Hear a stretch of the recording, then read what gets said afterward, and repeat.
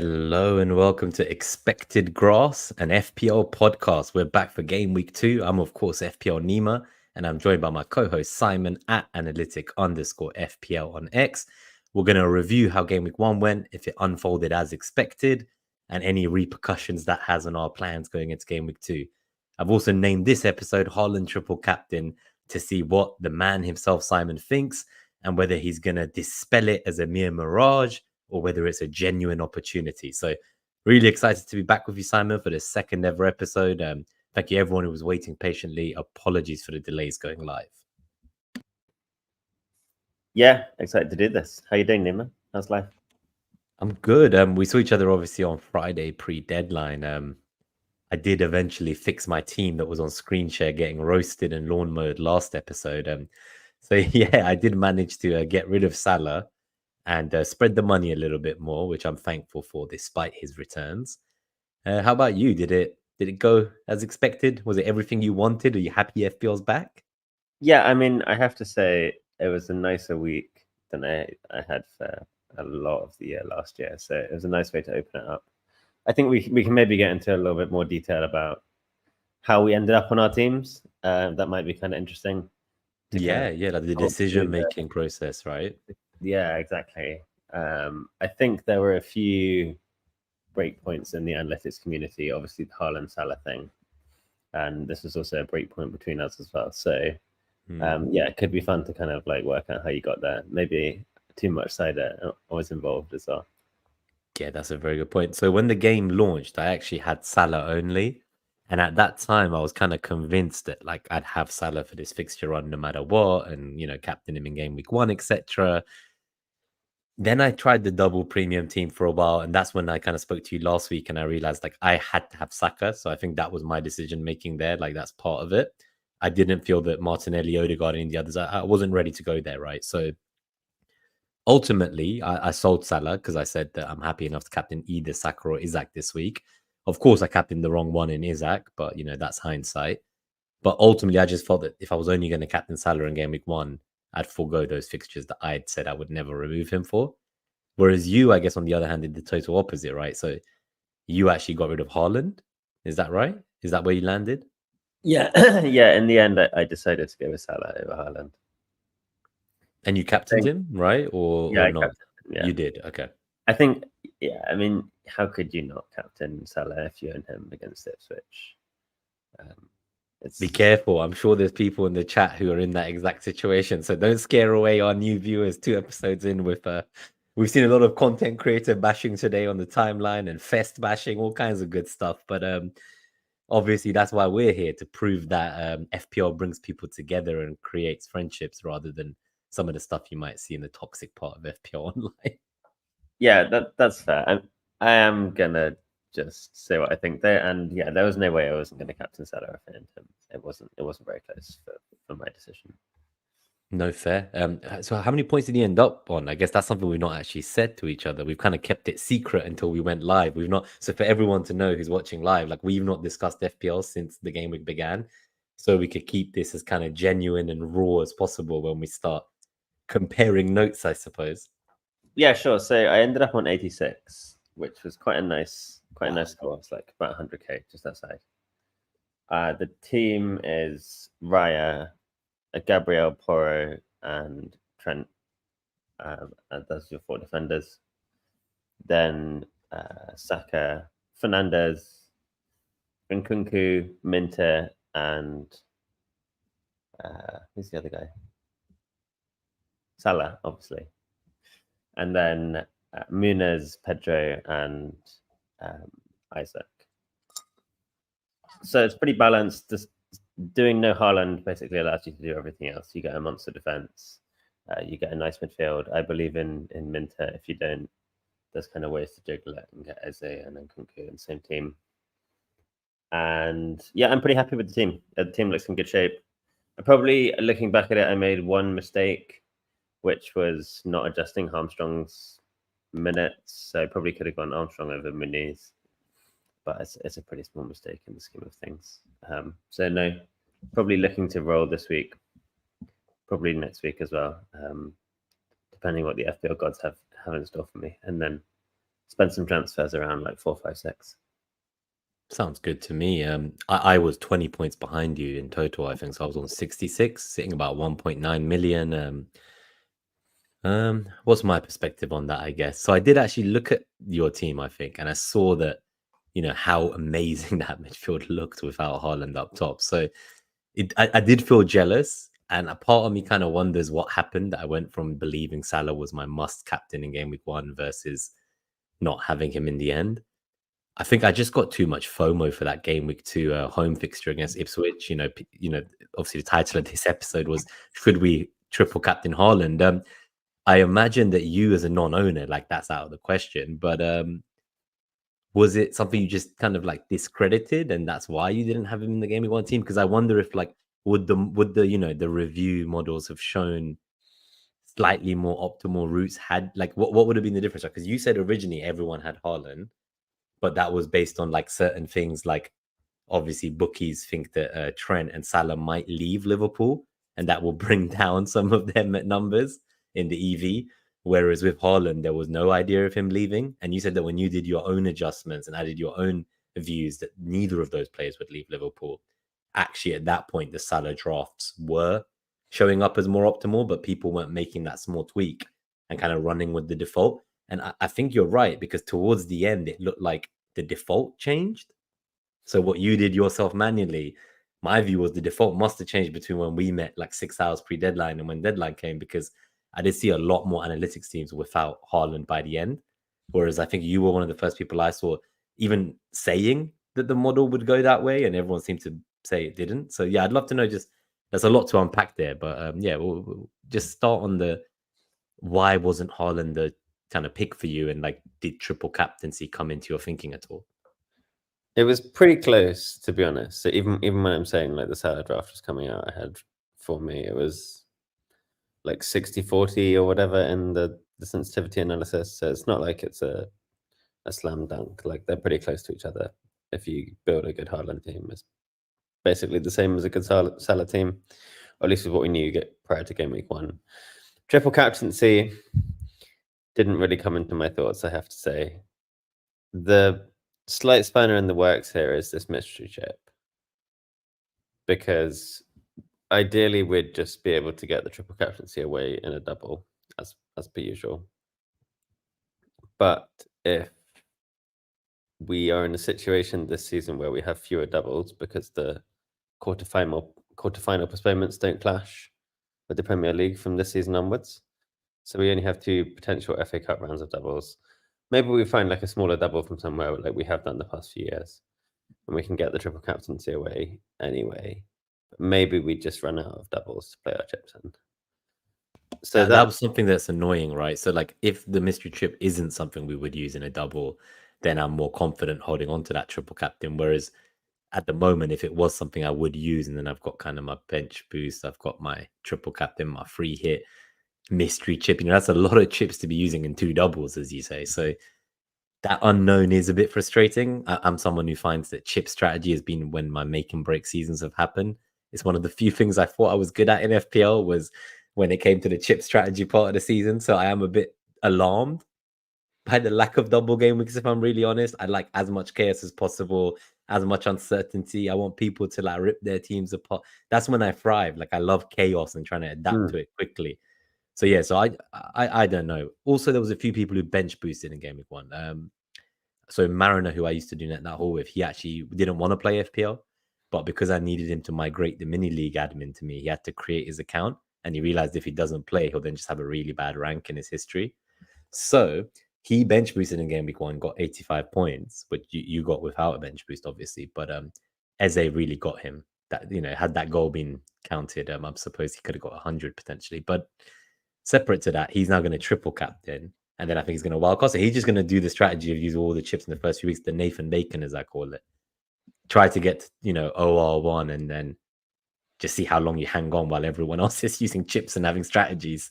Just have one moment of glory, basically.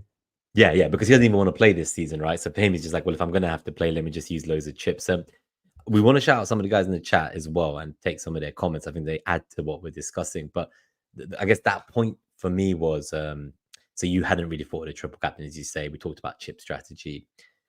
What are your thoughts in terms of kind of the less double game week related stuff? So things like the fact that there's no other competitions, Haaland had the whole summer off. When else are you going to be 100% sure everyone's fit or everyone's available? I don't think there's really like a better time. Is there a better fixture? I don't know. I think you have to live a little. If you're worrying too much about like these like small percentages that Haaland is not going to be okay in the double game week, maybe in 20 weeks time, I'm just like, let's live a little, guys. It's fine. I like that approach. So you're actually saying that it's funny, right? Because people on the timeline would have you believe that those who want to triple captain later are the boring ones following a template, and that the ones who want to triple captain now are like the exciting ones.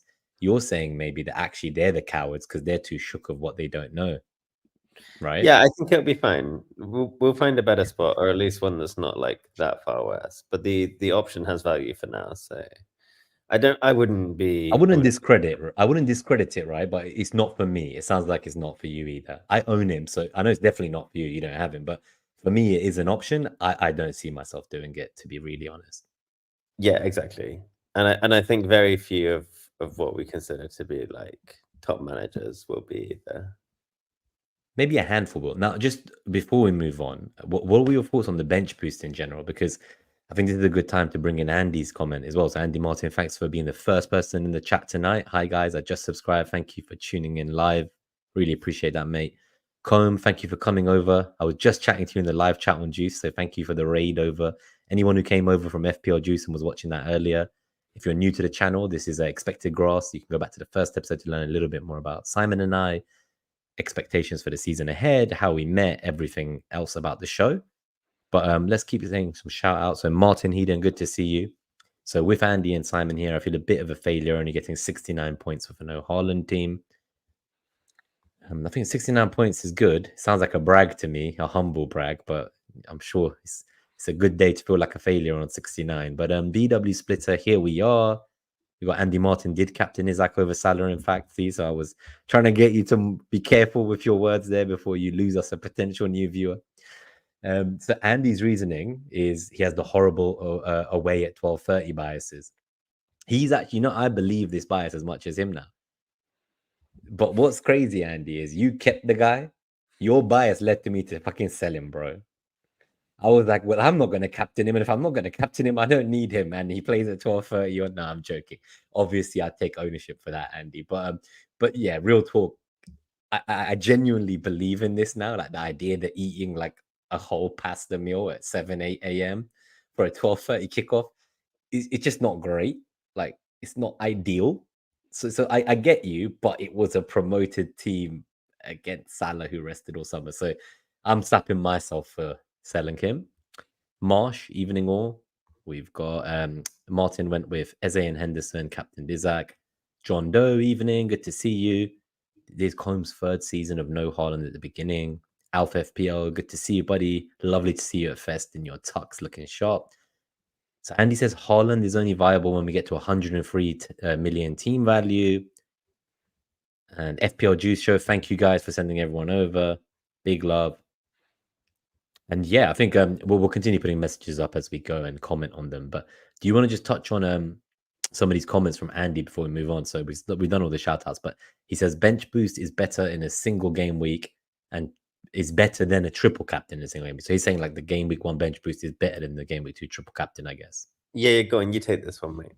I'll let you kick it off. So my view is that I think triple captain is the weakest chip out of all of them.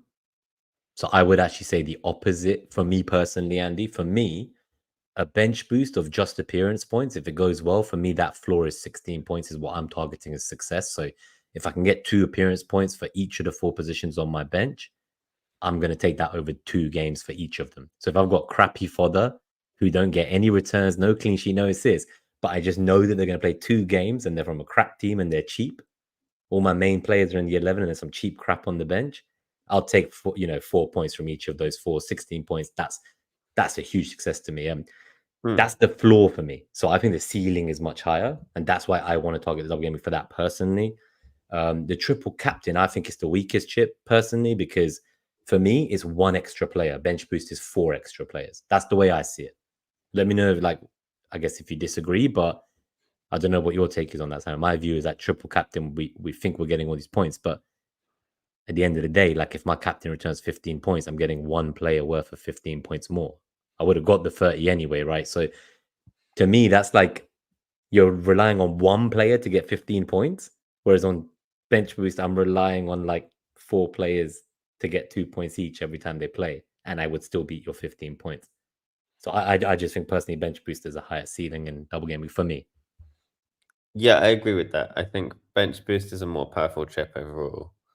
I think there's 2 kind of mitigating factors. Like the triple captain is much easier to get away. Obviously, you just need one high scorer in your team. So it can be quite suitable for like those small double game weeks with only one fixture or something like that. And then the other thing is, I kind of agree that bench boost like gets you 4 extra games. Although I think trying to get to 15 out of 15 is a little bit overrated. I think the 2 really important ones that you want to get is like a good second keeper and a good 8th attacker. That's where you're going to juice the most value by getting 2 extra fixtures there. And then if you end up with like a couple of like single defending game weeks, like don't stress too much about it. You know what? Fair. There's a few points Andy's made and you just made that really do bring me back down to earth, which is he says the mistake people make is waiting to wildcard in 35 to get the perfect bench boost in 36. Says, my numbers I gave are obviously a successful bench boost, but then like to get the perfect bench boost, you're going to potentially end up taking hits to get there. So I've seen teams where like I myself, like I wildcarded in Gameweek 28 a couple of years ago for a bench boost in 29. And between wildcarding in 28 and 29, I took a -8 to get the bench boost off, but at least that was in game week 29, right? And then like I kind of started filling out the bench from there and just targeting my 11th for the rest of the season. I do think Andy's right that sometimes, like if you did do the bench boost in game week 1 in a single game week, at least you're no longer playing in a way where you're trying to maximize points on your bench anymore. Like you can truly just focus on the strategy going forward for the next 37 weeks without having to constantly think, how will I get this bench boost out around the specific double game week? And it might be Champions League semi-final period. It might be just after an international break. Like you just, so I could see the merit of your guys' argument. Maybe I will one day do a single game week bench boost, just not game week 1 for me. That's what I'm No, gonna say. I wouldn't bench boost in a single game week because you still want to find doubles for like at least those 2 I mentioned, the 8th attacker, second keeper for sure. Okay. And the other thing about doubles is if you have doubling players, you can end up with like decent singles who would be on your bench anyway, but they wouldn't be in a normal game week. So they also they also count towards your bench boost, like EV essentially. Yeah, I think it's also a bit overrated. The benefit of saying like, oh, you can play differently now. The bench boost is out of the way. This is obviously where like I'm gonna like bang the drum for the like classic analytics template. Like we play with pretty deep squads anyway, generally. Not like always completely ludicrous, but often you'll see 8 attackers, most of the seller teams especially. It's because you can just rotate for fixtures and you can deal with things like injuries and bans without needing to use free transfers all the time. And that just allows you to keep the team like a lot healthier for longer. So there's good reasons to have a deep bench anyway. That I think often it's not that much of an adjustment to then get a bench boost away. I love how you talk about having a deep bench is such a like way you like, I guess, play like your kind of philosophy. And it got to the point where when you were showing some of the solves to me the night before Fest, you were like, and here's the Nima one. And then it was like the deadest bench going, like scraping to get players out each week. But yeah, at least I feel like you understand me, like where my heart is at. I thank God I didn't go into the season with 4 million defenders, considering what happened to Barker and the car crash that was. But I have Ezra Konsa on the bench now, so thank you for at least making me get like one player on my bench who will play should the 3-man defense fail me, because that would have been looking cagey as hell. We're 20 minutes in.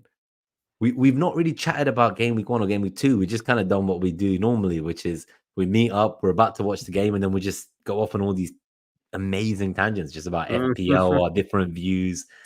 So I know we don't agree on everything, but what are your thoughts? I guess if we maybe spend the next 20 minutes on some of game week 1, and then like the final 20 minutes on like, or do you think maybe just 10 minutes on game week 1 and then 20 minutes on game week 2 and then 10 minutes Q&A? Sure. I mean, what do you have to say about Gameweek 1? I don't know. I don't know how much I have to say about it in general. My only thing I want to say is that it didn't change anything. So in the video description, I said, like, did it change any of your views in preseason? Like, did it challenge any of your opinions coming in? Like, are you, for example, now going to make a transfer, but you said no, you're going to roll maybe for 1 or 2 weeks? I have Pedro Porro. Yeah, me too. Now, I don't know if I play Ezra Konsa home at Arsenal. If Porro was like out long term, I think I would just use that as an excuse to sell. And I want to roll. I But like want to roll. long term. Long term for me would be if it was like way worse than I currently think, which is so if I thought he wasn't going to be back till after the first international break. Yeah, yeah, maybe. I mean, I hope he'll be okay. To be honest, he's a really nice pick, and he's good for this week. I would He's have great for this week, yeah. coming in, which is okay. It's not ideal, but it's not the end of the world. I guess then it's like how much do I value the transfer, right? Because even if Konsa concedes 2, let's say, and he gets 1 point, is that 1 point from him and not selling Porro still better than like using an entire transfer and then still having 1 transfer in game week 3? I almost think I should just, yeah, you're right. I don't think I should, waste that move because the upside of like the defender I get, who am I going to get? Like, I have no money in the bank. I can't go from Porro to Guardiola. The only realistic move, if I wanted a City player to add to this target in this game week 2 fixture, would be someone like Rico Lewis. But it's like, am I going to put myself into another fire long term? Probably not. And there are a few players on my team I'm a bit concerned about, Simon. So longer term, what I will say is that players like Muniz, Gordon, and Nkunku, all 3 of them are being watched very carefully. And I know that 2 of those players, Nkunku and Muniz, I didn't buy for game week 1. So of course they will still get the fixtures I got them for. But as a group, I look at them and I'm like, damn, like I could have had like Havertz instead of Muniz, and I could have had a 5.5 instead of Gordon. And I'm just looking at that and I'm like, am I that asshole that got swayed by wanting a player that played on Friday night just so I could watch them at Fest? I'm like, wow. Like, that's why I've picked Muniz. And then I'm like, no. There's 2 matches against 2 promoted teams. I'm like, don't let the results change what I'm going to do.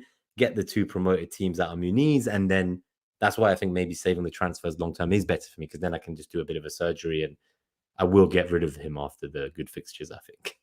Yeah, Con's a Fulham fan, by the way. So let us know what your opinion was of that game. I agree. I have my eyes on Muniz out around game week 5. So when he plays Newcastle, that's an ideal time to make that Yeah, move. and I think Armstrong has one of the other promoted teams. Do you what do you think about Chris Wood? I just want to ask about him because he only had 1 shot and he got bonus as well, right? Was that blindsided? Like we knew the Forest fixtures were good. I just thought Forest are bad, basically. No offense to them. I think Chris Wood will score sometimes. I don't know how insightful that is. No, like I know towards the end of last season he had one of the best XG per minute ratios in the league, if not Europe, and like he was like pulling up trees to an extent, I suppose, for him anyway. I don't know, I don't know, man. Like Eddie Nketiah is about to go there. Hopefully, if all goes well, I'd be more interested in buying him there. Yeah, potentially. They're looking at the guy from the Dutch league as well, aren't they? I can't remember the name. Yeah, they're trying to go for both in case, like, to see whichever one they get or what's the best terms, right? Yeah. Anyway, back to Chris Wood. So for Chris Wood, I think he's not as good as that half a season or season that he showed last year. We have quite a lot of years of Chris Wood, and I don't just suddenly think he's become a world-beating striker. But he'll score you probably like 10 to 15 goals if he stays fit all year, and keeps the shirt. I think those who started with him, like obviously that's a fantastic differential to have climbed up in the first few weeks. I'm not going to be going there personally, no matter how well he does in the first few fixtures. For me, I just don't want a Forest attacker right now. If I wanted one, I would have started with, as I say, someone like Hudson-Odoi instead of Gordon, and I would have had Havertz instead of Muniz. So I'm not going to go there. And Kunku's a key one, I think, here, because it's not that anything changed. Like I never had him for the City game, right? I had him because I thought he's underpriced. Well, some things did change, right? The minute. That's what I was going to say. So nothing's changed in the sense that like the fixtures haven't changed, and the fact that I didn't get him for Gameweek 1 hasn't changed. But the reason I included him in that list is because I wasn't sure what was going on. Like, did he basically like play at left wing and like he didn't play there once in preseason, and then he got sub below 60 minutes? And I then go back to the quotes he himself told us. It's like he was telling us, he was like, I have no goals for this season. My goal is like Reece James to like get fit, basically. His goal wasn't goals or assists. His goal was get fit. And I'm like, he kind of did warn us about this. So do you think that like we just kind of need to monitor that one? Because I still think he could be the best pick in the game if he stays injury free. But if he gets another sub 60-minute sub against Wolves, I'm gonna start getting itchy feet. Yeah, it's one that I'm watching. It's not one I'm worried about yet. I think the question really is like how much of it is City specific, right? How much of it is like Enzo playing that kind of 10 role just because it's City versus Will and Kunku just move in there and they'll play an actual winger on the left over the like easier fixtures. We don't know yet, but it's one to watch. I was hoping he wouldn't be subbed off on 59. It's also kind of funny though because as an FPL community, if someone gets subbed off on the 62nd minute, we don't really think about it at all. We're just like, oh yeah, whatever. But it's probably just as bad, right? 59 is only 3 minutes earlier. It doesn't make it much less of a minutes problem, just because they've like reached the mythical 60 minutes mark. Yeah, no, that's a fair point. I think we sometimes forget. People will then argue the other way, right? They'll say, yeah, but this player is explosive and they can score off the bench, so it doesn't matter if they don't start. But I get that argument, but ultimately, why would you want to start with players in your team that you don't think will start games or won't see out games? Like the longer they're on the pitch, the better, right? And I think what we said last week was that I felt one of the greatest edges left in FPL is bringing your own expected minutes to the table. Because if you think you know something that the masses don't, or the majority of the market don't, you can then evaluate if the EV would be higher, right, for that specific player. Anything on Barco? Talking about opposition, is he carrying a knock? Is he just like gonna have to basically now fight to try and win a place from Estupinian? And they've also signed Kadioglu, so like, is it just like he's 4 million, we keep him, and then in game week 4 against Ipswich and game week 5 against Forest, we see like, has he even played a minute by then? Or is he like the ultimate preseason trap, or does he just have like a niggle? I don't know if he's injured or not. I will say that up front. He didn't make the final match, right, in the preseason, so I think there was some kind of risks. I think he's a player you don't want to be keeping for a long time. For me, it was always just game week 4 and 5. But then, as you say, like if the trend shows by the time we get there, they're just not even going to play those. I don't think it's just like a keep and wait and see. It's like I need to find value. The question is though, I didn't see anyone else that was a value. Like the other players I was going to pick didn't start. Like Johnson was my other 4 million mid that I upgraded to Consa. So like he didn't even play, right? So I saw Jacob Greaves. He looks like a bit of a unit in the air, let's just say. But do I want an Ipswich defender? Like the whole point of Barco was Brighton's kind of sexy. It's quite exciting. If he gets on the pitch, right? I think I was messaging people before the season, and I think I said I think Barco just screams 3.8 million by game week 10.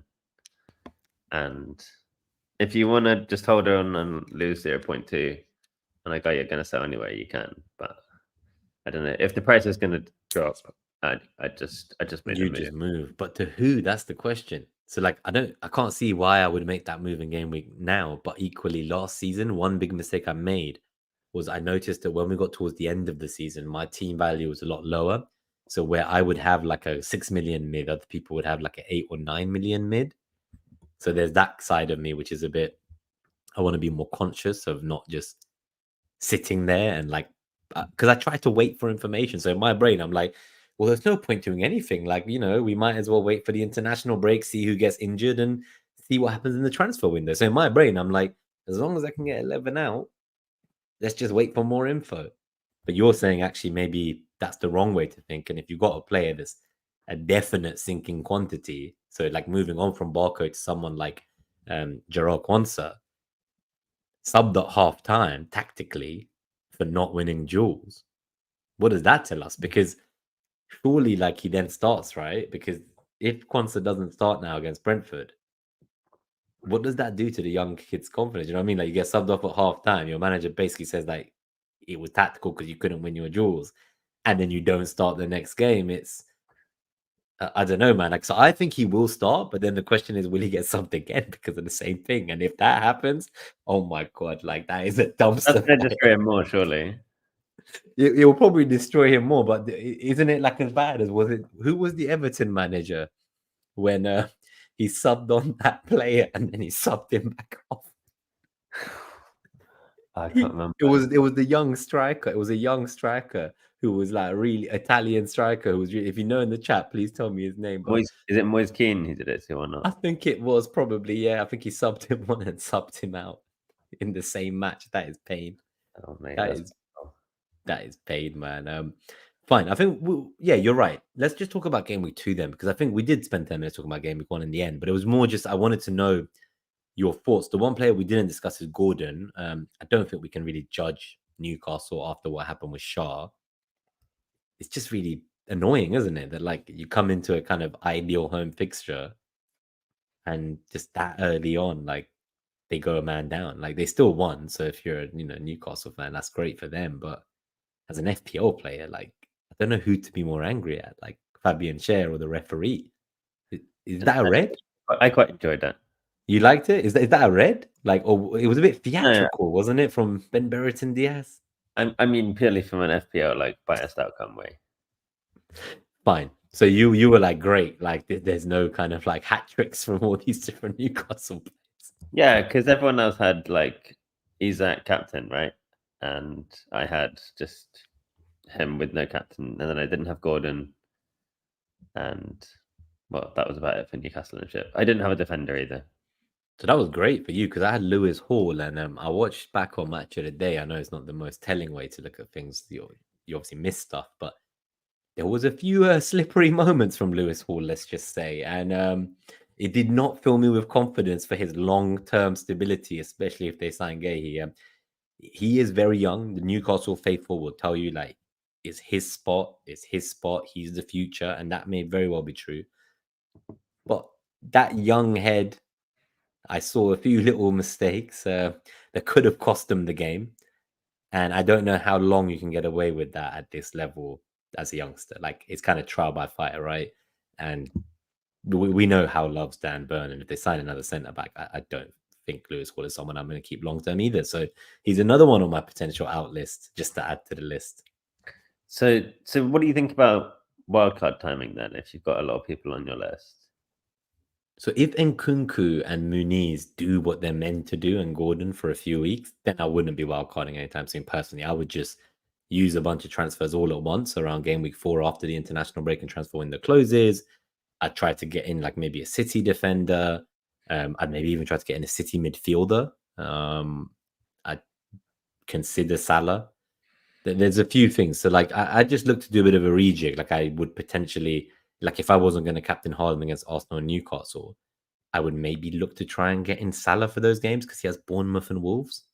So I would try and just use some transfers to move things around. Yeah, I think he has Forest and Bournemouth and Wolves. Bournemouth and Wolves, I think he has at the same time that Haaland has Arsenal and Newcastle. So I would still not be looking to wildcard before game week 6 personally. I think had I set my team up like Andy in the chat, specifically just to target these weeks. But I only have like one Arsenal player, for example, right? Like I have Saka, I don't have any other Arsenal players. So I think I'd just use 2 free moves and then reassess going into game week 6 whether like is there an opportunity to wildcard. But I think we spoke about this. You like wildcarding early, and I typically wildcard as close to like the last time I can. So that's also quite unique and different from each other, isn't it? Yeah, I didn't think I've wildcarded early in a while. I was looking at it this year, but I didn't set my team up for it in the end. Last year I wildcarded Game Week 20. Like the last week, was that the Man City blank and double that happened with the cup? Yeah, and then or didn't happen in the end because Oh yeah, it didn't happen in the end. Yeah, okay. yeah. It was probably a mistake in the end, but only because my team was a mess in Game Week 8. But anyway, So are you gonna wildcard? You're not gonna wildcard in game week 4 coming into the the international break. no plans to, not unless I get like a bunch of injuries or something like that. Yeah, no, I think if like let's say game week 2 finishes, and then like Poro is still out, Hall loses his place, and Kunku gets sub 60. Gordon doesn't look great away from home, and then his next home games are Tottenham and City.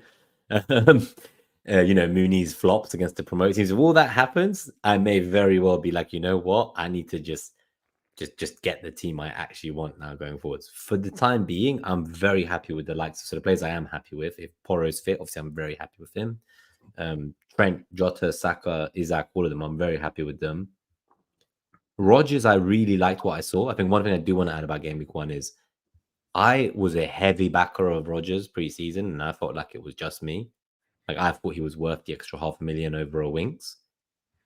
What are your thoughts on him? Because at 1-1 when Villa were trying to win the game, he stayed on the full 90 ahead of other senior players.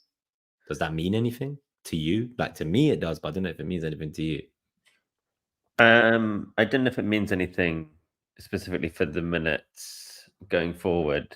On your thing about it being like worth 500,000 over Winks, probably most of the time. Depends a little bit on your team structure. There's some where you're kind of trying to squeeze every half mil, and you need Winks in order to do that. But I think he's an okay pick. The data in the Championship is pretty good. The data in the Premier League was a little iffy, but it's like pretty small sample. He's pretty young, and he was going to played 9 at the weekend, right? So he was, yeah. But then Watkins came in and started. So I remember I'd seen some ITK news that like Watkins was going to play, but he still plays like behind him, like a second striker kind of role. So he can play multiple roles. Like he can play on the wing as well, I think. So my fear for him, right, was when the likes of say Buendia is gonna come in. Obviously, Jacob Ramsey's come in. Like I know Diaby has left, so that kind of helps Bailey a bit, Leon Bailey. But there's still a lot of players there. Duran came on and scored the winner. Like there is still a nice depth in the Villa attack, and I think some people I speak to, they don't think Villa will play as well as last year. I don't know if it's just like me myself who thinks that I think they're a great team now, and I think they can still compete for top 4. I know historically teams like Newcastle, when they got into the top 4, Champions League kind of derailed their Premier League season the following year. But I feel that Villa and Emery, I think they can, do back-to-back Champions League entries. I would bet against it, but they're kind of in that pack, like chasing, right?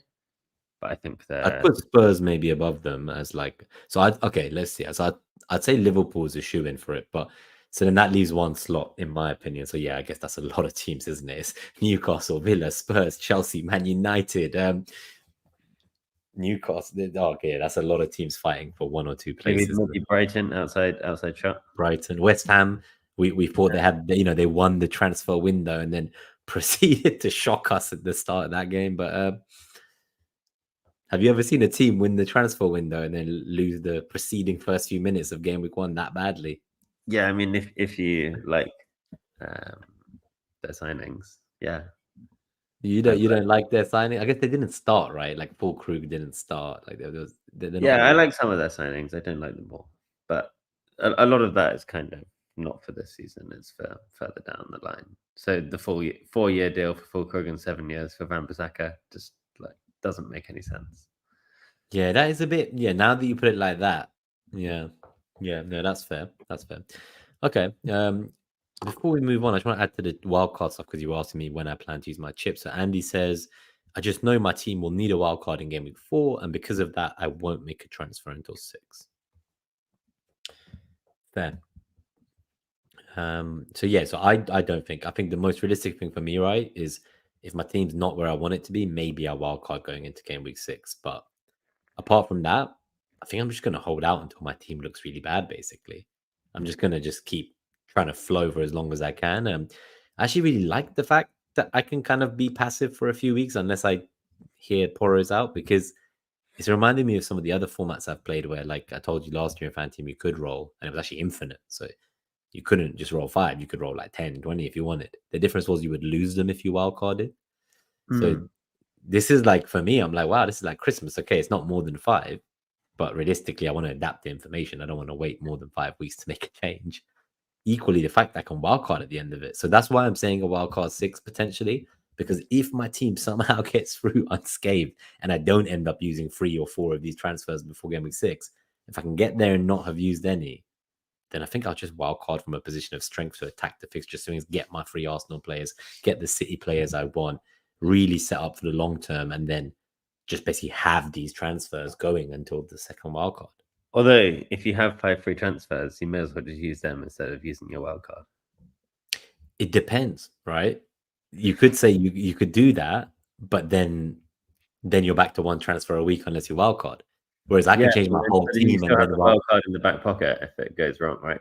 Yeah, but I view those 5 free transfers as a wild card, because look at a wild card. How many players do you ever actually change? I always look, and I'm always like looking at it, and then like it's maybe 7 at most, 6, 7, 8, and most of the Sometimes 9, 10. yeah, but those are players you don't have to change, right? It's like your I 4 guess, million yeah. goalkeeper, your 4 million. It's basically your fodder to another fodder that now looks a bit better. Yet none of those fodders are coming on the pitch. So True.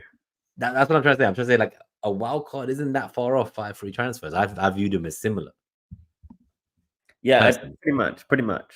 Some of those That's, positions that's I what I only mean. change because You I'm may on as the wild. well, if you can fix it up with 5 frees, you may as well. Yeah, well, actually, I haven't seen my team what it looks like in game week 6. I'm just looking 2, 3, 4. Okay, so game week 6. I doubt you'll get there though to 5 frees. If I get to game week 6 Unless right you now, wildcard in the middle of it. No, if I get to game week 6, I'm in trouble, mate. I have 3 Newcastle players that week against Man City. I have Porro against Man United. I have Haaland against Newcastle. There's a few things I would want to change. So either it's going to be potentially lots of transfers and a hit, or a wild card when I get to game week 6. I think I just like that swing in game week 6, personally, the fixture swing. So for me, that's the time to load up. Would you be moving early for any assets you've seen? So let's say someone does have an injured or suspended player, so they don't want to roll. Kind of now talking ahead, like, is there anyone that really spoke out to you? Like, was there anyone that either reinforced your opinion of them pre-season, or now you've got a bit more of a watchful eye on them because you were surprised by what you saw? Like, any players that we should keep an eye on that you're keeping an eye on? Not massively different from what I thought prior to the game week. I think it's going to take a few weeks to kind of settle down. Because even if you have a good game, you still only had 1 good game, right? It's not enough to really change your opinion massively. In terms of the minutes, I don't think there's anything too surprising. There's a few questions which we need to wait a few weeks to answer, like Villa left back, what's going to happen when players like Foden get back in the City team, things like that. And so that's going to take a few weeks to work out. So I wouldn't be jumping around if you like didn't pick one of the really obvious good assets, then probably you want to fix that. Like, if Maybe. you had no Liverpool players, right? Like, would you be going for a Jota now if you can't stretch the Salah, for example? If you had like Gordon, would you just be like, you know what? It's only 1 week data, but fuck it, I'm going Gordon straight to Jota before the prices swing. Not necessarily. I think Jota has question marks over his minutes long term. We don't know what's going to happen with Darwin, and who's going to essentially win more of that shirt. So for him, I wouldn't buy, wouldn't sell on Jota. I don't know what you think. It's tough because I do think that from what I saw, I think I saw up to about the 70th minute of the Liverpool game. I was at like an Arsenal pub just outside the Emirates and I had to go for kickoff. But that was exciting too. My first ever like game week 1 of a season at the stadium. I've never been there for the first fixture, so that was nice. But watching that game, I just like Jota could have had 2. Like, that header was probably the easier chance. I couldn't believe he missed that from the Trent delivery. That was wild. So it's just, I look at this team and I'm like, do I really want to back Newcastle over Liverpool? I'm not sure I do. I think I Yeah, would. I have both, but that's why I ask, because for me it's not a dilemma. But a lot of people have been asking me like, "Hey, would you make this move? Would you just move on from this player?" And I'm like, I'm not going to move on from him. But that's because I have the player I would be moving on to. If I if I had, didn't have any Liverpool players, I think I might. I'm not sure I would be necessarily. I think why did you have no Liverpool players in the first place would be the question I would ask. True, true. It's like if you didn't have, yeah, if you didn't have Haaland last week, would you like just because you got a goal? Like, why would you now try and get him this week? Right? It's a similar concept. It's like if you've gone the other way and you've said, you know what, I'm going to go for a Salah-less team or a Liverpool-less team. But I think that's the thing. I think I just find it crazy that like we spoke about this, right? I said that it seemed that the kind of the models were saying that you either had a Haaland team with no Trent, no Salah, or a Trent plus Salah and no Haaland. And Yeah, my brain couldn't rack my head around that. So can you help me understand that one? Because in my brain, I was telling you that like if I don't have Salah, then I will 100% have Trent.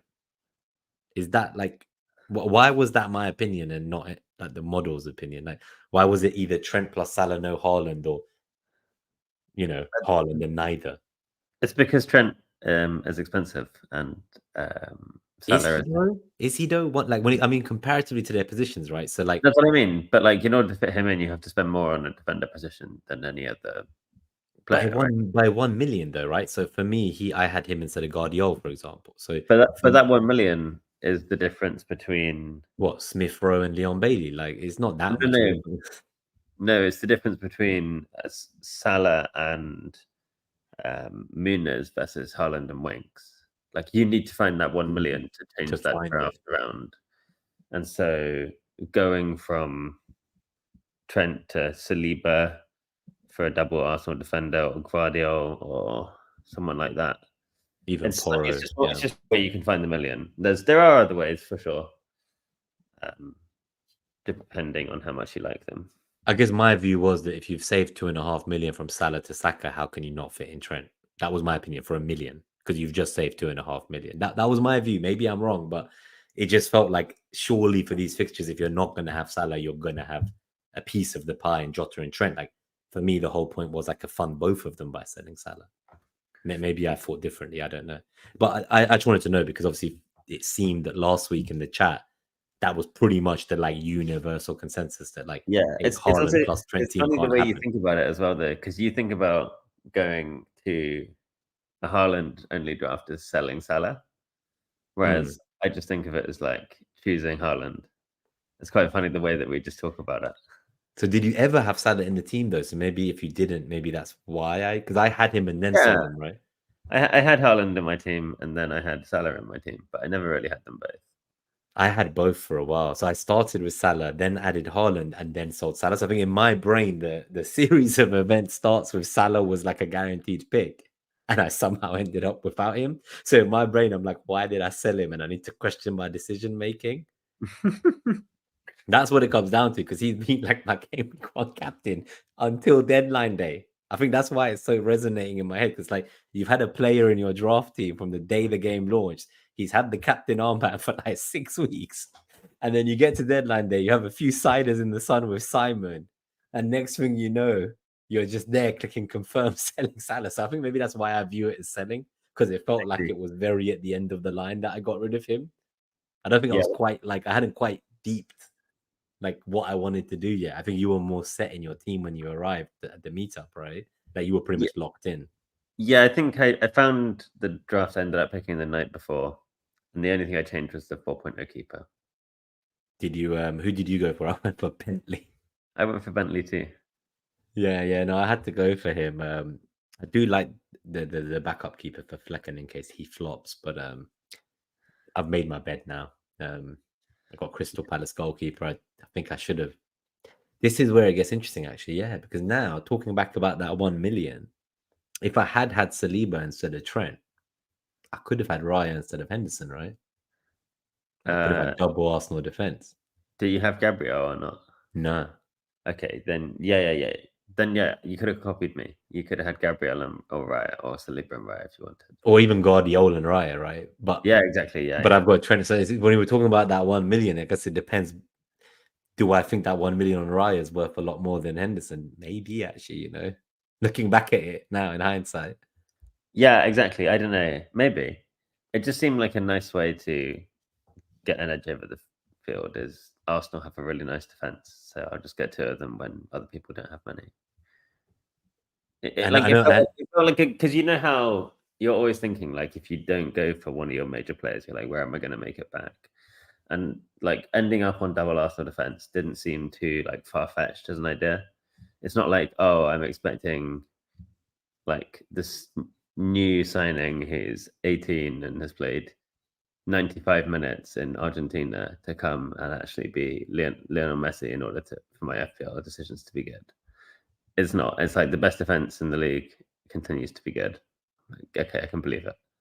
Yeah, you're like backing what we know, right? Which is that like if they're gonna concede, it's gonna be through like a monumental calamity of our own making of an individual error or absolute brilliance and something worldy from the opponent. But like end of the day, that Wolves game, I'll be honest, Wolves were very good in the second half. I think we were great in the first half, but in the second half, they looked good for a while. There was maybe a 15, 20-minute period where I wouldn't say I was nervous. Someone asked me that was there a nervous feeling and saying I'd say people were just more frustrated at like the amount of times the Arsenal players were like giving the ball away. Like even players you normally wouldn't expect to give it away, like the likes of Saliba were giving it away, and Havertz gave one away, and then like I'm sure that Party gave it away multiple times, and Jenga. It's just it felt very much like there was just some rust. Like the Okay, team, it was a you took the clinical words out of my win. Yeah, it was definitely rust. Like, because I was there, and at no point did I feel, you know what, like, oh, I'm actually worried. Like, I think they created sub 0.5 XG. Raya got a bonus and everything. He made some fantastic saves, actually. So what I will say is, had they scored and made it 1-1, things may have been a bit different. But that save from Raya, from Larson, I think it was Larson's header at point blank range, while he was going the other way with one hand and to have that strength. Honestly, I thought, wow, okay. All right, David Raya. Thanks, mate. You're It was helping very, us very out. good there. I can imagine if it was my homie Aaron, he would have been looking at a pigeon in the background and got distracted and it would have gone in while he's flapping. But anyway, I don't want to insult my own team's players. So hopefully he'll move to And yeah, Forest. here we are. Here we are. Good old Aaron. It's not just me, though. Look, Marsh in the chat, monumental calamity, aka Zinchenko. Oh, gosh. Fine. So just talking on these players from the good teams, as you said, and knowing what you knew. So I think where my problem, Simon, is, and I think I made a big mistake here, and then we'll go to some Q&A. So guys, like, honestly, put any questions for Gameweek 2 in the chat, any thoughts, anything you want us to read out, any shout outs, just put them in the chat. We'll probably be here another 10 minutes just taking Q&A and chatting to everyone. But my biggest error, I think, Simon, was that I almost didn't go for the concept of the two Arsenal defense, like you were saying. So I didn't go for like the Gabriel and Raya because in my brain, I was convinced double Arsenal attack is the best way forward for this first like 5 or 6. So I think that's why I'm even angrier at not having Havertz, because when the game launched, I had 3 Arsenal players. I had Saliba, Havertz, Saka. Then I had a double premium draft. There was no Arsenal players. That's when I knew something was wrong last week on the screen share. Eventually got Saka in, but I didn't remedy the rest of my team. I just got so blinded by wanting to watch Muniz live at Fest. I didn't go for fucking Kai Havertz. When if you go through all my tweets about him preseason with people asking me in FPL, I was like, he's going to be Arsenal centre forward. They're not signing a centre forward. He's going to play 70% of his starts up there. Even if he's not there, he's going to move there when Jesus subs off, blah, blah, blah. I was saying, and I still believe this, my bold take is he gets a 30 goal assist season in the Premier League this year. He got 23 last year. There's only 7 more. And he didn't get his first goal in open play for Arsenal till 20 games into the Premier League last year. And yet we're saying the guy got 23 goals and assists in that season.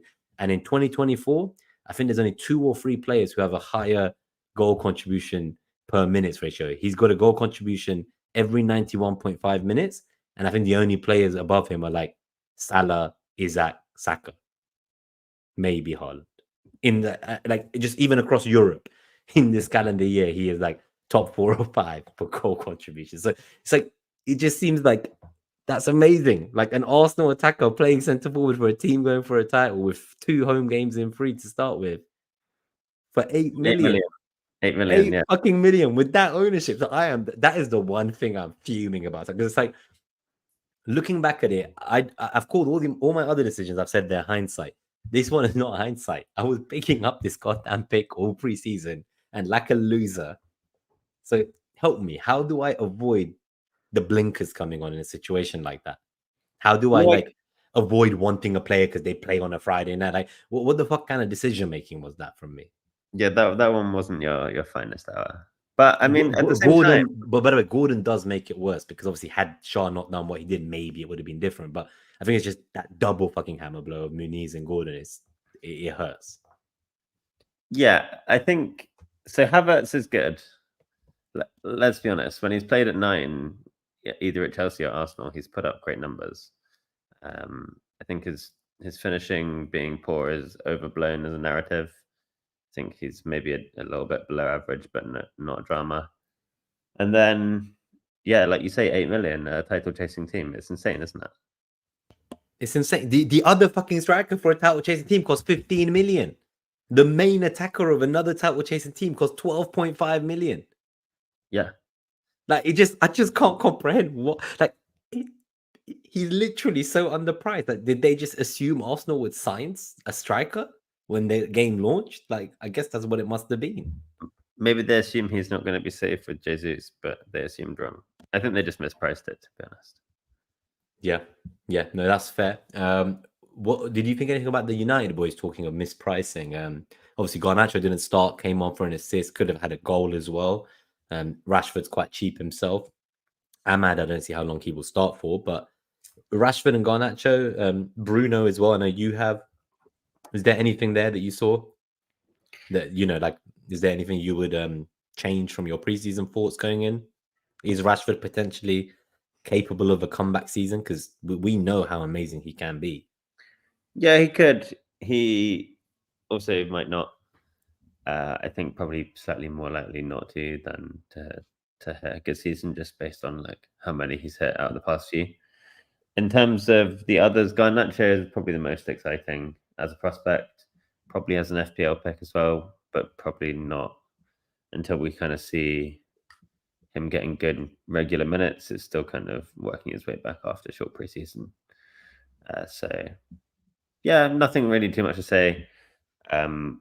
They played a not great opponent and were better than them, which is fine. They did that sometimes last year, but not all the time. But let's see after a few games if they I did say at first, I remember saying at like the 70th minute, I looked over to someone, I said, guys, like United are just going to score like a game to kill it right at the end. Like they're just going to do it. Like we just know.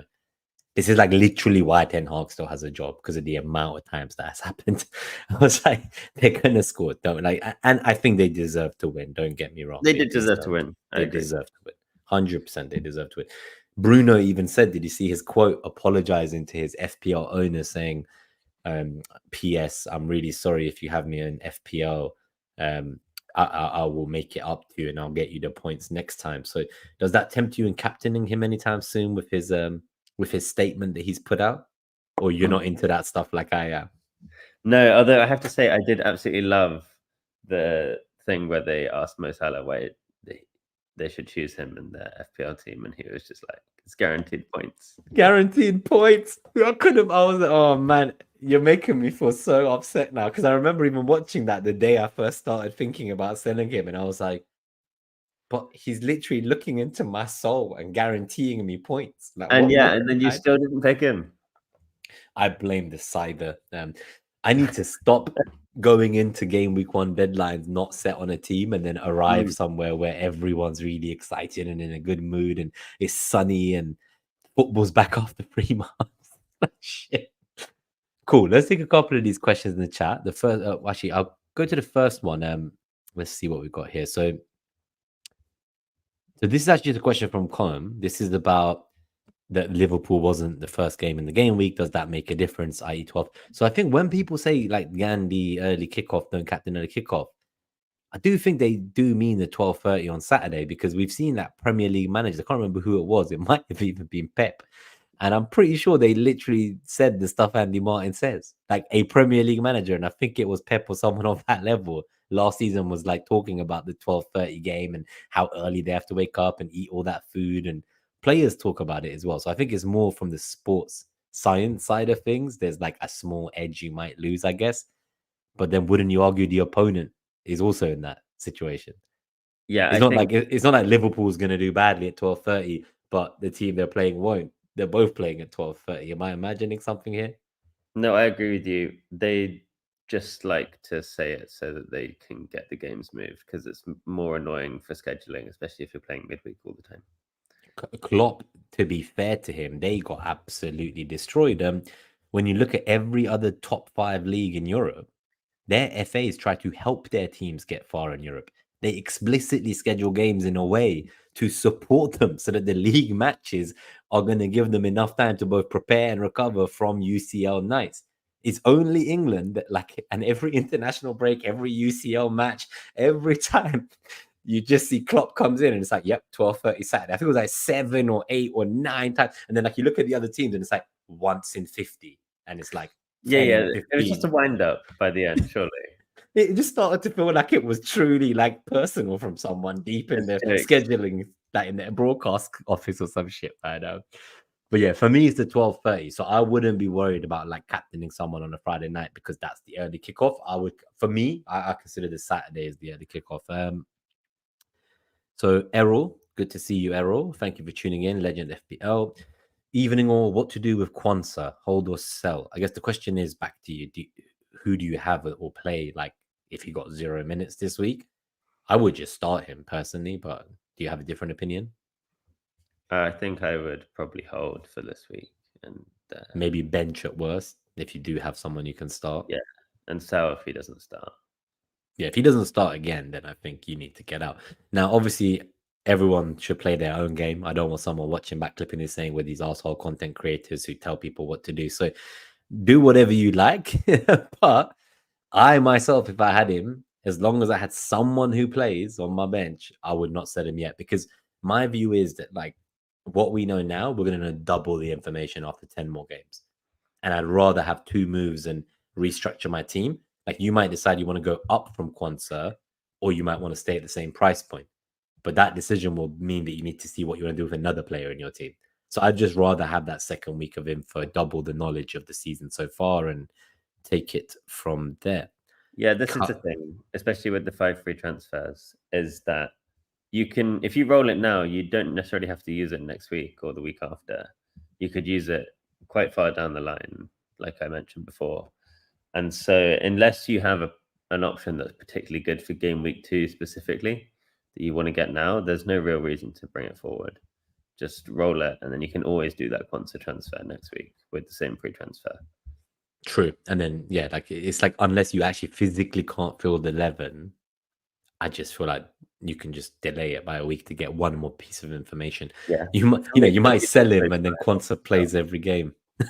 Exactly. Like it could happen. It might not. We don't know yet. And waiting, keeping the transfer in your pocket rather than committing now would be how I would play it. And I agree, do your own thing, but also that for me it's not. We can only say what we would do, and neither of us would sell him, right? So we can answer from our perspective, but everyone plays in a different way.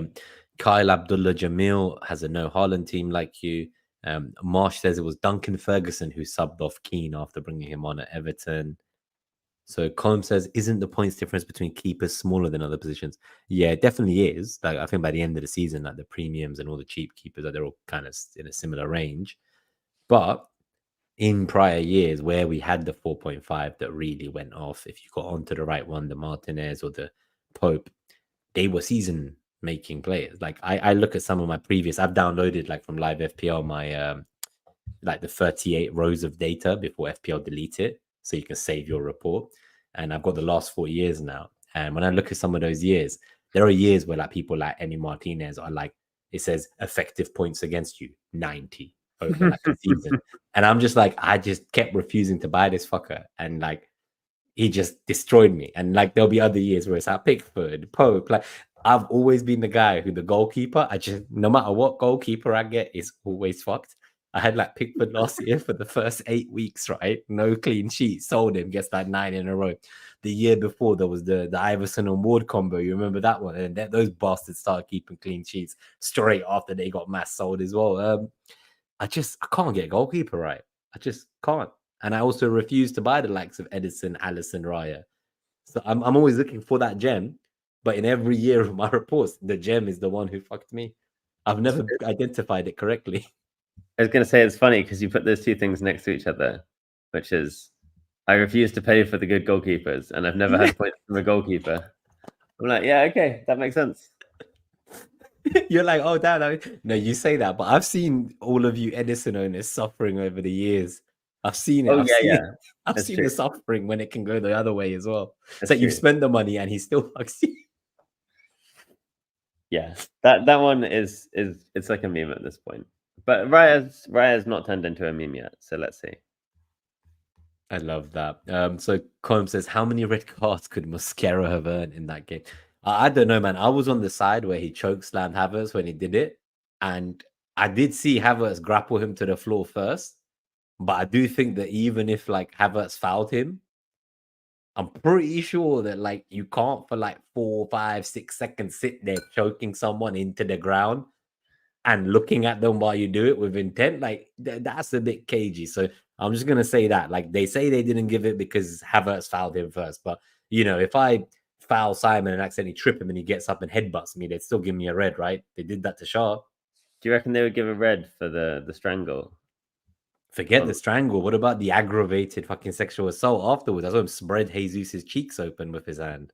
Blimey. Same player. Yeah. If you've not seen that, God, go find the replay. Okay, well, I know. Jesus pushed him over because he felt violated. He just suddenly felt his cheeks spread open on a pitch in front of 60,000 people, and then he got the yellow for pushing the guy over for being assaulted. It's quite something, isn't it? It's quite something. It's quite. You can have 60,000 witnesses in the stadium, and you end up the person who got violated gets the yellow card. It's wild. It's fucking wild. So yeah, he could have got a few cards. We got inspected goals in the chat. Good to see you. Good evening. Thank you for coming back despite my team last week. Let's take these 3 questions. We'll go from Martin, Colm, and inspected goals, and then we'll get out of here. So question for Simon. How are you preparing mentally or FPL wise for a game week 2 150+% EO Haaland haul? Or will you just shrug it off and carry on? Well, it's not really my first rodeo with this kind of thing. No? So what? So it's just you're used to it this stage. Like you're not phased by these kind of numbers. It's fine. It's just FPL. I was saying it to a few people at the pre-meets. Like nothing actually happens if you do badly in FPL. All that happens is you just see some different numbers on the screen. That's it. That's a very good point. I think we could all learn it, but and it's easier said than done, though, right? Like I find so often, like my weekend will get ruined because something happens in FPL, like whether it's my player blanking, whatever it is, injury, subs, and I get really sometimes annoyed. And it's you got to sometimes remind yourself, like there's so much more to life. Like it's a fucking game. Like it's a game. We're meant to be having fun. Yeah, exactly. It's like who can predict the football the better? Like, okay, cool. But that's really hard. How do you detach yourself? So like, let's say you'd had a really bad start now. You've probably gotten better over the years, right? Because I speak to Tom from who got the assist a lot about this, and he says he's like mentally worked on like just like whatever happens, and like he's learned to just not be phased by it. Yeah, I think it's also partly my personality. Like it's never really bothered me too much to get like a bad result in FPL. I also haven't really bothered about EO in my decision making. Like if I think someone's better or worse, I'll just get that player. And in the days of form, that often led to like very large bets. Now, I think the field is getting a little more influenced by the use of analytics in terms of like how it moves around the game. But 158, yeah, it's okay. It's not the end of the world. The EV will he be 150? I'm gonna check how many transfers in he has right now. Yeah, I think it should be amongst like. Okay, he's not like the season end top 10k. Yeah, but dude, he's got 120k transfers in. I know it's only Tuesday, but let's say he gets to 500,000 transfers in. He was at 50% owned. He's gone up to 52.6. I guess if you have him and you don't captain him this week, then I don't know. Like, I don't know what to even say to that one. But so let's assume, yeah, okay, let's assume over half the game own him, and let's assume 95% of owners captain him. Yeah, that sounds like 150%, doesn't it? Once you throw in a few triple cap. Okay, yeah. I was kind of optimistically hoping maybe he'd come in at 125 and he'd be like a differential captain. But yeah, I think maybe I was a bit optimistic there, mate. Yeah, and he could definitely screw me, and it's fine. It's not the end of the world. I've had big captain hauls against and had good seasons. It's not season defining. It's just one captain haul And against. it's game week too. I remember. I think I was I with, were you there? I was with. I can't remember who was there. Tom was there, and it was the day Chelsea scored like was it 7 goals and Havertz got Oh yeah, captain. yeah, yeah. You were That there, right? Game was a week different 9. bet. Yeah, it was like a double game week. I think no, it was a single. Was it just a mad single game week fixture Just for a mad Havertz? single. Like And yeah, I think I tweeted out like I don't get the Havertz hype and got like pelters for it before. And then yeah, Chelsea and scored then 7 and he blanked. that was a madness because Tom was there, and again, he just took it so well. Like it Yeah. just didn't phase him at all. So Colm says Bruno may be decently priced this season if his teammates improve. See, I think 8.5. If like, let's say you were picking between him and Odegaard right now, do you have a preference? I think it's revealed by the fact that I picked Bruno and not Odegaard. I think I have kind of half an eye on like whether I can find a way to Odegaard or Havertz from 6 onwards. I'm not sure. It would require like probably getting rid of Gabriel beforehand, and maybe it's not worth it because I've got 3 Arsenal. But I think they're both nice picks, Odegaard and Fernandez. Fernandez is so easy just as a like high minutes guy. You just put him in there, leave him in until you wild card, and then probably leave him in afterwards. And you just forget about it because he's going to play every week. He has penalties, and he'll score you enough points to be worth his price, in my opinion. What do you think? I like Fernandez. Just a few things I want to keep an eye on Odegaard. I think I said last week maybe that I want to see who's playing left centre mid. If it's like Havertz, if it's Rice, if they sign Marino.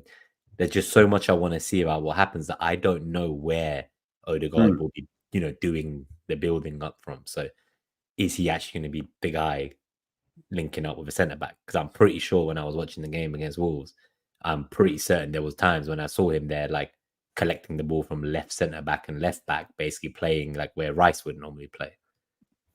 And then like Partey and Rice were up the pitch. So yeah, exactly. I just kind of want to keep an eye on that one. With Bruno, I know he has also done that kind of stuff. We have seen him for United like play centre back for 90 minutes. And you're like, what? And he's like the main defender and the creative playmaker. It's like he's playing fucking quarterback in the NFL or something. Like you're just like, what is going on? So I know Bruno can do that too, but I don't think that's going to be Bruno's role this season. So Odegaard, I'm yet to see exactly what he's going to be doing. Is he going to be in the final third, or is he going to do? Or is he going to be doing build up in the first third of the pitch? So I do think there's a lot that I want to keep an eye on with him personally before I go there.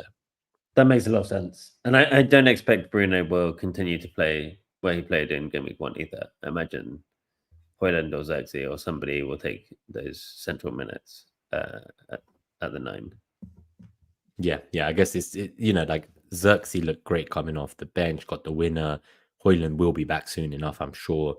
So yeah, like I don't see Bruno playing in that exact position either. So this is a question not about FPL, but we will take it from expected goals. What flavor have you got there, Simon? Watermelon. It's all right. What do I have? I have blueberry melon and watermelon runts. And shout out if you know what that is. But anyway, keep going. Combe says buy a bigger sofa. Okay, so Combe says my idea is to bring in Haaland in game week in either game week 6 or 7. It may be longer if the team is still in form. So do you have a plan to get Haaland? Or is that just like you've not looked that far ahead or you're just going to just stick to Salah for now? Don't have a plan to get Haaland at the moment. Current plan with premiums is probably go sell Salah to Palmer in 6. And then could maybe get on Haaland around 9, but also might not. So 9 would be Southampton home. It's a good entry still. Yeah, or could maybe get back on Salah around 10. Haven't really looked in too much detail. I I'm will just think having a about it. look. I think about it in more detail after 6, but I think probably Salah to Palmer in 6 looks quite nice. Probably won't go back to Haaland or back to Haaland. Yeah. What are you thinking? Yeah, I'm just having a look here. Yeah, so I think you're right. Game week 10 for Salah is Brighton home, Villa home, Southampton away. It's a nice free, but then it's City home, Newcastle away, and then it gets good again.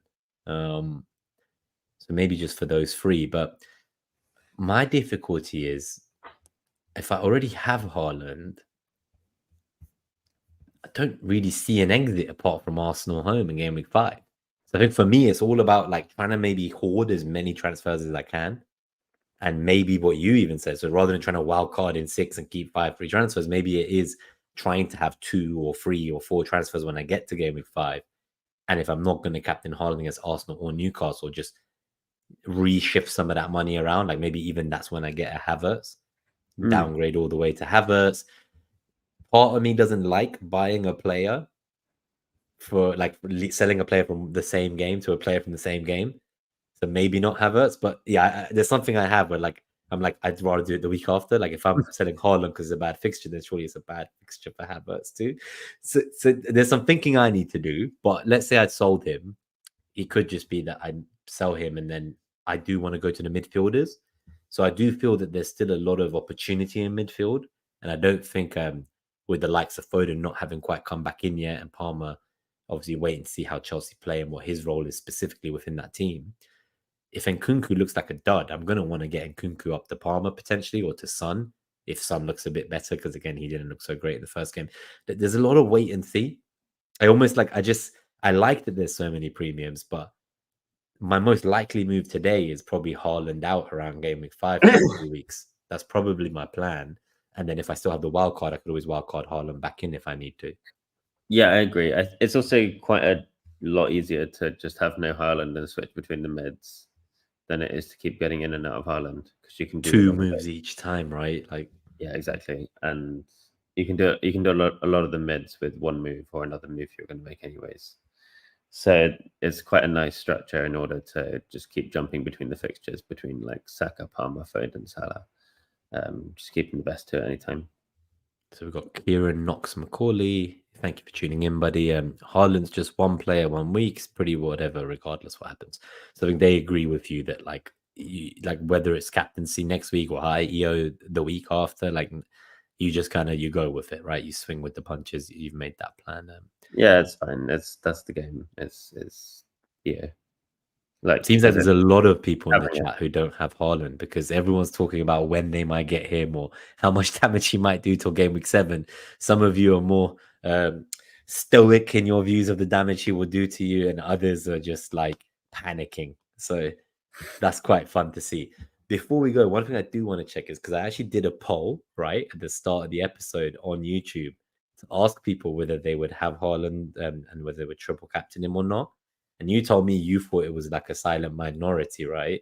So all I want to real quickly do is go and see what the poll results are before we say goodbye to everyone. So let's have a look. So the poll so far, 20 of you watching. Thank you all for tuning in. You guys are legends.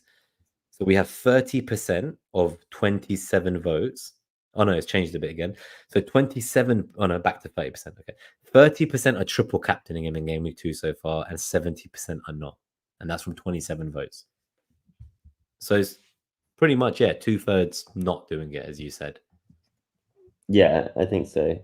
I thought it was going to be more of a split. Really? I don't know. I haven't heard much chat about it, to be honest. Maybe because like less people have him this year in game week 1 than last year. Last year was like 80%, right? Instead of 50%. Yeah, it's true. I don't know. I think people are maybe itching to do a little too much FPLing, especially with like wanting to roll transfers, and it's been 3 months. Everyone's We've waited all this time, right? And it's like exactly. I could just do something, like get a bit of a dopamine rush, press some buttons. First hit of FPL crack just hits like nothing else. That is very true. Guys, you have been incredible. This is our second episode of Expected Grass. We went on like 20 minutes longer just to take the Q&A because it's fun to chat to you guys and answer all your questions. I may not be here next Tuesday, but if that is the case, Simon will come with another guest. No, We're going to try and go. You're going to find someone, yeah? Yeah, maybe. Nerd takeover. Yeah. It's going to be It'll, full, like the robots are coming next week. Bring on a bot with you if you can, like an AI agent to talk on the video. But I'll just bring another one of me and no one will tune in. there'll be like two of you on the screen Yeah, talking to yourselves. talking to AI Incredible. me. Imagine, like, that is incredible. I It's don't your think the clone. internet could take someone that annoying. And next week, when I am back the week after, I'm gonna ask you about the annoying stuff because there was a lot of people. I was like, "What do you guys think of Analytic FPL?" And they were like, "He's so condescending," and I just leave that there for the listeners as a little golden nugget of some really juicy stuff for the next time I'm back. So you tune back in, guys. I'm gonna spill the gossip on Simon and some of Outrageous. the gossip out there, but I'm sure there's similar shit about me out there too. Yeah, guys, we were expecting grass. You are amazing. We've gone up to 111 subscribers while we've been live on air. You guys are incredible. If this is your first time you're tuning in, please do subscribe and support us. We're going to go live every Tuesday going forwards, generally, unless there's like a Champions League game at the same time, and we might adjust slightly. But yeah, otherwise, we'll see you back next week to look at the Game Week 3 preview. And then suddenly, before you know it, Simon, we're going to be back together to talk about the first international break and what we learned. What a shit show. We wait 3 months, have 3 game weeks, and then bang, 2-week break again. Yeah, can't wait for the Nations Yeah. League. I can't believe it, man. Like, yeah, great. Friendlies. Yay. International break. Woo. Well, you're going to have to tune in for our big Nations League preview episode. Man, I'm going to start playing Nations League Fantasy on screen share. We'll see how many more people we can piss off with my team on that one. Thank you, everyone. It's great to see you as always, Simon. I love our chats. You can expect more of this kind of raucous, random, tangential chat going forward with no clear plan or strategy compared to most pods. But that's Just what's like your beautiful. team, basically. Yeah, it's just us talking as friends, just having a good time. Now you're 20 points ahead. So hopefully the next time I'm back, I've clawed some of that back and it hasn't widened even further, Simon. Yeah, let's see. Let's see. I'm going to cut. You got a target on your back, that's for sure. Thank you, guys. We will see you next time. Good luck in game week 2. And yeah, please drop us a like. Find us on podcast wherever you listen if you tuned in late. And yeah, subscribe and support the channel. I think this is the only time we've plugged for any support after 80 minutes. So love you guys. Appreciate you. See you next time. Peace.